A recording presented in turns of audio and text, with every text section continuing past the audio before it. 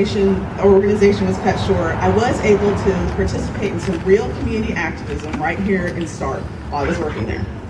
After hearing about the 10 Commandments monument on courthouse property, it was obvious to me that this went against the wishes of many of our founding fathers, including Thomas Jefferson, who very clearly and famously stated that religious institutions that use government power in support of themselves and force their views on persons of other faiths or of no faith undermine all civil rights. Erecting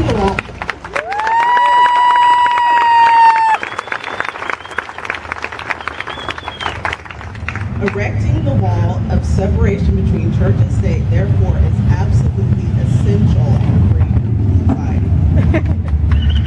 I immediately knew that I wanted to do something about this.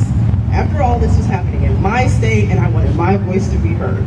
So I thought I should get some like-minded people together for a traditional, peaceful protest with some signs, meet the residents, and express our concerns about what we saw as the wall separating church and state crumbling.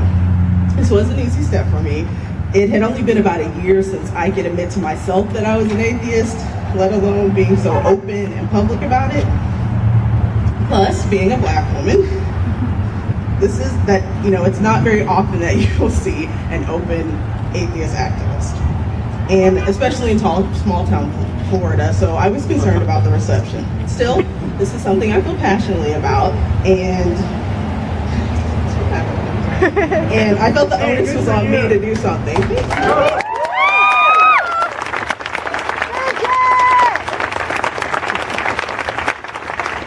the thing is, I encourage others to do so as well. Make sure your voice is heard. So I contacted several other atheists in the state, and most of us agreed that a protest would be a really great first step. So we came, we talked, and we listened. And after the monument was still left up, American Atheists filed a lawsuit requesting an injunction, which, if successful, would have required the removal of the monument because it violates the Establishment Clause of the United States Constitution.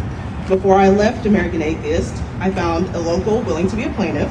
I worked with the attorneys, and I'm proud to say that I, with the support of many others, helped lay the foundation for the first atheist monument on public property.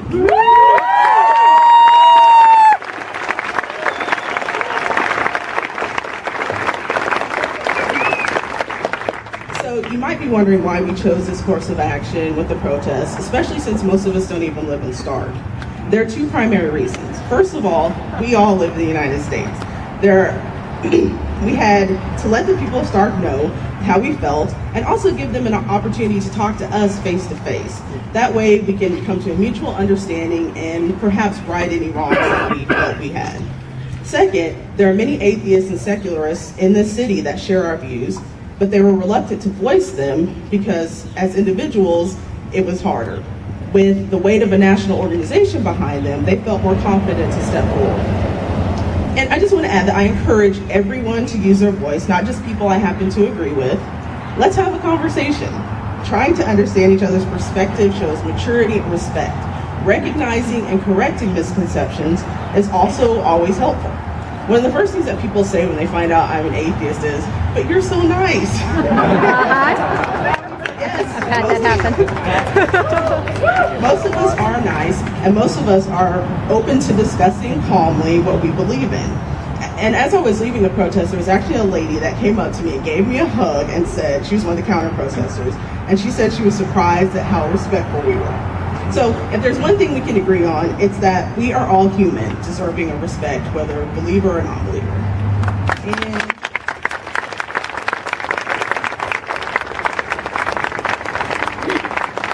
And you're going to hear from Ellen Beth Wax. She is the founder and co-president of Atheists and Humanists of Florida. Thank you.